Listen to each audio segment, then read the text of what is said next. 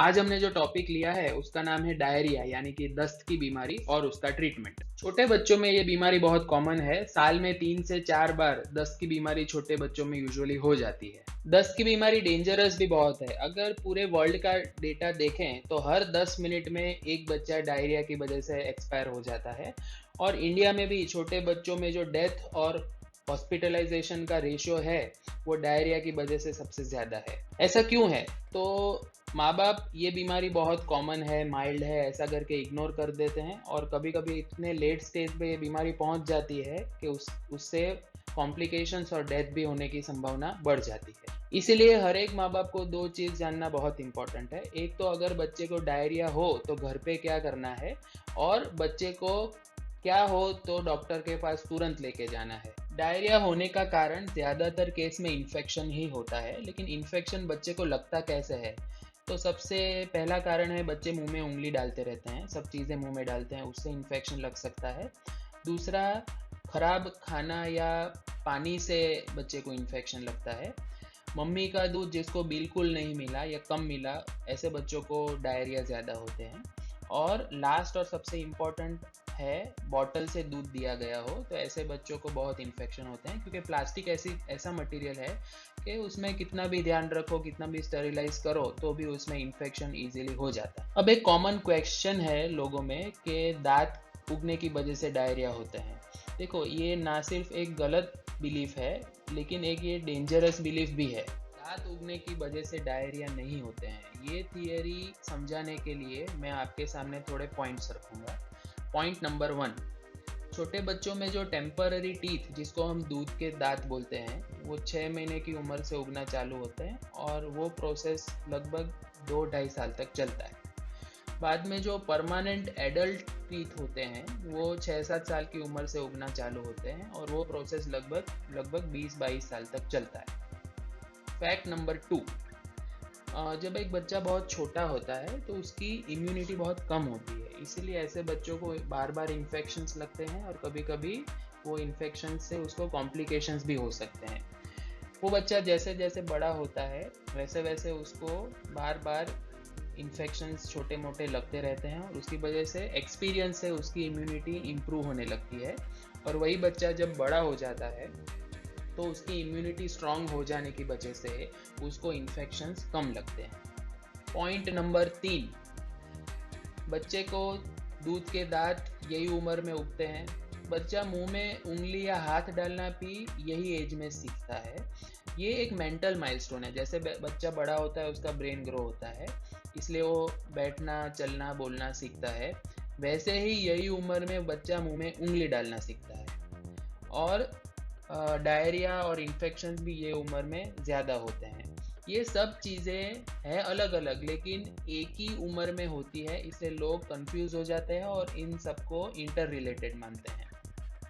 Point number 4, कि diarrhoea तो बच्चों को दांत उगना चालू होता है उससे पहले भी होते हैं, और जब परमानेंट टीथ उगते हैं तब तो किसी को डायरिया नहीं होता है और तब मुंह में उंगली डालना भी नहीं होता है। इसीलिए दांत उगना, मुंह में उंगली डालना और डायरिया, ये सब एक दूसरे के साथ बिल्कुल रिलेटेड नहीं है। ये एक डेंजरस बिलीफ क्यों है? तो दांत की वजह से होगा ऐसा करके माँ बाप डायरिया को इग्नोर करते हैं, और कुछ बच्चों में डायरिया इतना बढ़ जाता है कि वो बच्चा बहुत सीरियस हो जाता है और भर्ती या डेथ की भी पॉसिबिलिटी हमने बहुत सारे केसेस में देखी है। इसीलिए ये एक डेंजरस बिलीफ है। डायरिया में पानी जैसे दस्त क्यों होते हैं? तो जब इन्फेक्शन लगता है तो अंदर आंतों में सूजन आ जाती है, उसकी वजह से डाइजेशन पावर वीक हो जाता है और इसीलिए लूज वाटरी स्टूल यानी डायरिया होते हैं। डायरिया में बॉडी में से वाटर, उसके साथ साथ शुगर और सॉल्ट भी बाहर जाता है, ये नोट करना इम्पोर्टेंट है। अभी मान लो बच्चे को डायरिया हो तो घर पे क्या ट्रीटमेंट चालू करना चाहिए?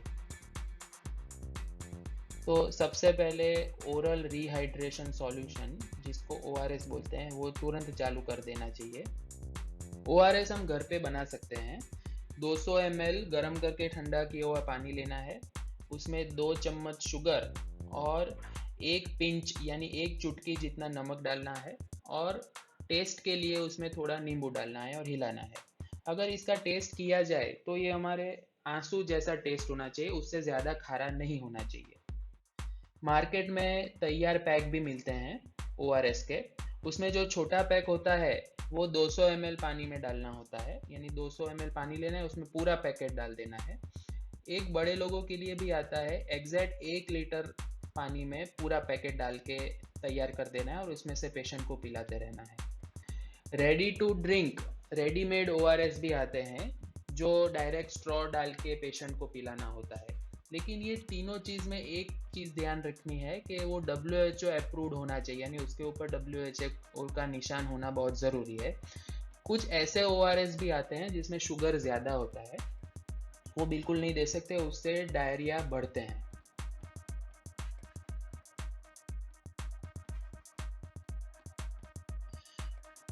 मान लो बच्चा ओआरएस नहीं पी रहा है या फिर अवेलेबल नहीं है, तो आप कुछ घर के लिक्विड्स भी दे सकते हैं। तो कौन कौन से लिक्विड दे सकते हैं? तो नारियल पानी, नींबू शरबत, राइस या दाल का पानी, सूप, या बच्चा कुछ ना पिए तो प्लेन वाटर भी दे सकते हो। क्या नहीं देना है? तो प्योर ग्लूकोज या शुगर वाला सॉल्यूशन नहीं देना है। कार्बोनेटेड सॉफ्ट ड्रिंक्स यानी पेप्सी, कोक एक्सेट्रा, उसमें बहुत शुगर होता है, उससे डायरिया बढ़ते हैं, वो बिल्कुल नहीं देना है। फ्रूट जूसेस जैसे कि मैंगो, उसमें भी शुगर ज़्यादा होता है, वो नहीं दे सकते। और चाय और कॉफ़ी नहीं देनी है। कुछ चीज़ें इंपॉर्टेंट है, जैसे पानी हो, वो गरम गरम पानी में ओआरएस नहीं डाल सकते, उससे वो डिस्ट्रॉय हो जाएगा। गरम करके ठंडा किया हुआ पानी यूज़ करना है। पानी एग्जैक्ट 200 ml या 1 लीटर ही लेना है। अप्रॉक्सीमेट पानी, या फिर चलो आधा चम्मच या आधा पैकेट ओआरएस अप्रॉक्सीमेट पानी में डाला तो उससे डायरिया बढ़ेगा, उससे फ़ायदा नहीं होगा, नुकसान होगा। बच्चे को धीरे धीरे spoon by spoon, sip by sip ORS या नींबू शरबत पिलाते रहना है। एक साथ ज़्यादा मात्रा में दे दोगे तो उससे वॉमिटिंग या डायरिया बढ़ेगा। और एक बार बनाया तो घर का ओआरएस 6 घंटे बाद फेंक देना पड़ता है, और मार्केट वाला ओआरएस वो 24 घंटे बाद नया बनाना पड़ता है। ओआरएस के अलावा बच्चे को और क्या क्या देना है? तो अगर मम्मी का दूध चालू है तो वो ज़रूर देना है, वो ओआरएस जैसा ही काम करता है। और एडिशनली उसमें मम्मी की इम्यूनिटी मिलती है बच्चे को, तो उससे रिकवरी जल्दी होती है, वो पचने में बहुत हल्का भी होता है। बच्चे को दही और छाछ ज़्यादा देना है, उसमें फ्रेंड बैक्टीरिया होते हैं, वो भी रिकवरी में हेल्प करता है। और घर का पका हुआ और हल्का फुल्का खाना ज़रूर देना है। अगर बच्चे को खाने में रुचि है तो उसको खाना पीना बंद नहीं करना है, उसको चालू ही रखना है। लेकिन हाई फाइबर डाइट नहीं देनी है, बहुत ज़्यादा ऑयली, स्पाइसी और बाहर का खाना नहीं देना है, और कच्चा फूड नहीं देना है। डायरिया में दवाई के बारे में कुछ डिस्कस करते हैं। 85% केसेस वायरल इन्फेक्शन की वजह से होते हैं, और वायरल इन्फेक्शन में कोई एंटीबायोटिक की ज़रूरत नहीं होती है, काम ही नहीं करती है। ओनली 15% डायरिया बैक्टीरियल इन्फेक्शन की वजह से होते हैं, और वही केस में एंटीबायोटिक देना होता है। अगर वायरल इन्फेक्शन में बिना कारण के एंटीबायोटिक दिया गया तो उससे फ़ायदा तो कुछ नहीं होने वाला है, लेकिन वो एंटीबायोटिक बॉडी में जाके इंटेस्टाइन में जो फ्रेंड बैक्टीरिया होते हैं उसको मार देते हैं, और उससे उल्टा डायरिया बढ़ता है, और बच्चे की इम्यूनिटी कम होती है, उसको बार बार इन्फेक्शंस होते हैं फ्यूचर में। डायरिया में एंटीबायोटिक तो बिल्कुल नहीं देनी है। उसके अलावा कुछ लोग ओपियम देते हैं, और कुछ लोग डायरिया बंद करने की शॉर्टकट दवाइयाँ जैसे लोपेरामाइड देते हैं। ये दोनों दवाई बहुत रिस्की है, इससे सीवियर और लाइफ थ्रेटनिंग कॉम्प्लिकेशंस होते हैं, इसलिए ये दवाइयाँ बिल्कुल आपको नहीं देनी है। बच्चे को ऐसे कोई लक्षण हो जिसको हम डेंजर साइंस बोलते हैं, तो उसको तुरंत अपने डॉक्टर को दिखाने लेके जाना है। तो कौन कौन से लक्षण हैं जिसको हम डेंजर साइन यानी भयजनक चिन्ह बोलते हैं? बच्चे को बहुत ज़्यादा वॉमिटिंग हो, वॉमिटिंग बंद ना हो, बच्चा बहुत ज़्यादा मात्रा में या बार बार वो डायरिया करे, डायरिया में बहुत ज़्यादा ब्लड या पस आए, बच्चा बहुत कम या बिल्कुल यूरिन पास ना करे, बहुत हाई ग्रेड फीवर आए और बच्चा एकदम लूज हो जाए, लिक्विड या मम्मी का दूध भी बिल्कुल ना पी पाए, बिल्कुल बैठ भी ना या चल भी ना पाए, या बच्चा एकदम ब्रेथलेस यानी हाँफने लगे, खींच आए, या फिर मम्मी को कुछ डाउट हो कि मेरा बच्चा बहुत बीमार है, तो ऐसे केसेस में तुरंत आप अपने बच्चे को अपने पीडियाट्रिशियन को ज़रूर दिखाएं। एक कॉमन थॉट है पेरेंट्स में कि मेरा बच्चा तो ओआरएस पीता ही नहीं है, इसलिए वो लोग खरीदते भी नहीं और बच्चे को देते भी नहीं है। देखो, जब बच्चे को डायरिया होते हैं तो उसके बाद बच्चे को डिहाइड्रेशन होने के चांसेस होते हैं। तो डिहाइड्रेशन यानी बॉडी में से वाटर, शुगर और सॉल्ट कम हो जाना। तो उसके 3 स्टेज हैं। एक तो नो डिहाइड्रेशन, थोड़ा यानी सम डिहाइड्रेशन और सिवियर डिहाइड्रेशन। अगर बच्चे को डायरिया चालू होंगे तो शुरू में वो नो डिहाइड्रेशन के स्टेज में होगा, बच्चा खेलेगा, कूदेगा, खाएगा, पिएगा। वो केस में बच्चा शायद ओआरएस पिए ना पिए कोई टेंशन नहीं है। लेकिन मान लो डायरिया कंटिन्यू रहे तो पहले वो सम डिहाइड्रेशन के स्टेज में जाएगा, तब उसको बहुत प्यास लगेगी, तो वो तब ओआरएस पी लेगा अगर आप ऑफर करोगे तो, और वो फिर वापस नॉर्मल यानी नो डिहाइड्रेशन के स्टेज में पहुंच जाएगा। लेकिन तब अगर आपने मान लिया कि बच्चा मेरा ओआरएस पीता नहीं है, उसको अच्छा नहीं लगता है और नहीं दोगे और डायरिया होंगे, तो वो सीवियर डिहाइड्रेशन के स्टेज में पहुंच जाएगा और तब एकदम लूज हो जाएगा, फिर तो बिल्कुल ओआरएस नहीं पी पाएगा और ये स्टेज में तो भर्ती करना पड़ता है। इसीलिए हमारा काम क्या है, बच्चे को जब भी डायरिया हो उसको ओआरएस, नींबू शरबत, लिक्विड्स ये सब ऑफर करते रहना है और डेंजर साइन के लिए देखते रहना है।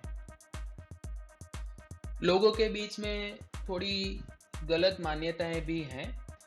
सबसे पहली है कि हम खाना पीना देना बंद कर देंगे तो डायरिया बंद हो जाएगा। देखो, ये सोच बहुत रिस्की है। डायरिया तो दांतों में इन्फेक्शन है, इसलिए चालू रहने ही वाला है, 2-3 दिन लगेंगे उसको ठीक होने में। लेकिन अगर मुंह से कुछ नहीं देंगे तो डिहाइड्रेशन जल्दी हो जाएगा। इसीलिए जितना बाहर जा रहा है वो रिप्लेस करते रहना ज़रूरी है। लोग ऐसा भी सोचते हैं मैं कुछ भी दे रही हूँ तो वो तो निकल जाता है, तो देने का मतलब क्या। देखो, आप 100 ml ओआरएस या नींबू शरबत पिलाओगे, मान लो उसमें से 50-60 ml बाहर निकलेगा, लेकिन 30-40 ml तो बॉडी में एब्जॉर्ब होगा और वो डिहाइड्रेशन प्रिवेंट करेगा। और कुछ लोग ऐसा भी सोचते हैं कि साहब जल्दी बंद कर दो डायरिया, ये डायरिया नहीं बंद हो जाने चाहिए। देखो, डायरिया बॉडी का कचरा बाहर निकालने की एक मैकेनिज्म है, उसको बंद नहीं करना चाहिए।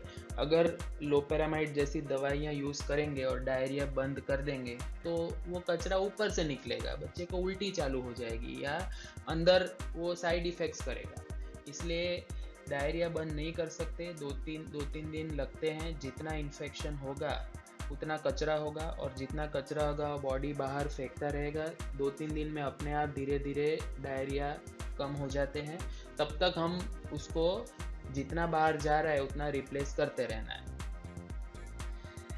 तो माँ बाप को क्या क्या चीज़ मैनेज करनी है, तो एक तो जितना बॉडी में से डायरिया में वाटर, शुगर और सॉल्ट बाहर जा रहा है वो ऊपर से रिप्लेस करते रहना है और बच्चे का हाइड्रेशन मेंटेन करना है, यानी उसको डिहाइड्रेशन नहीं होने देना है। अगर बच्चे को खाने की इच्छा हो तो उसको रूटीन डाइट जो बच्चा पहले खाता था वो चालू रखना है, उल्टा वो 125% ज़्यादा देना है। और बच्चे को डेंजर साइन यानी कॉम्प्लिकेशंस के लिए देखते रहना है और ऐसा कुछ भी हो तो अपने पीडियाट्रिशियन को तुरंत दिखाना है। अभी डायरिया प्रिवेंट कैसे करेंगे, तो उसका जो कारण है अगर वो प्रिवेंट किया जाए तो डायरिया नहीं होगा। तो बच्चे के हाथ को क्लीन रखना है, हैंड वॉश करते रहना है, नेल कट करते रहना है, घर और आजू बाजू की सफाई अच्छी करनी है, खाने में और पीने में ध्यान रखना है, पानी उबाल के ठंडा किया हुआ ही यूज़ करना है। एक्वागार्ड आरओ 100% गारंटी वाले नहीं होते हैं। बाहर का खाना नहीं देना है, घर का और गर्म खाना ही देना है, खाना पीना कवर करके रखना है। बच्चे को 6 महीने तक सिर्फ माँ का दूध और कुछ भी नहीं, पानी भी नहीं, और उसके बाद जब ऊपर का खाना चालू करें उसके बाद मम्मी को 2 साल तक थोड़े थोड़े माँ का दूध चालू रखना है। ऐसे बच्चों को मम्मी की इम्यूनिटी ज़्यादा मिलने के कारण इन्फेक्शंस और डायरिया कम होते हैं। बॉटल से दूध बिल्कुल नहीं देना है। प्लास्टिक की चीज़ें जैसे बॉटल, सीपर, बीकर ऐसा कभी यूज़ नहीं करना है। मेटल की चीज़, मेटल के वेसल्स में बच्चे को खाना खिलाना है। और सारी कंपलसरी वैक्सीन्स दिलवानी है, उसमें डायरिया रिलेटेड रोटा वायरस और मीजल्स बहुत इंपॉर्टेंट है। अगर आपको ये वीडियो अच्छा लगा तो लाइक करें, शेयर करें, कमेंट करना ना भूलें और हमारी चैनल को सब्सक्राइब करें और बेल आइकन ज़रूर दबाएं। Thank you.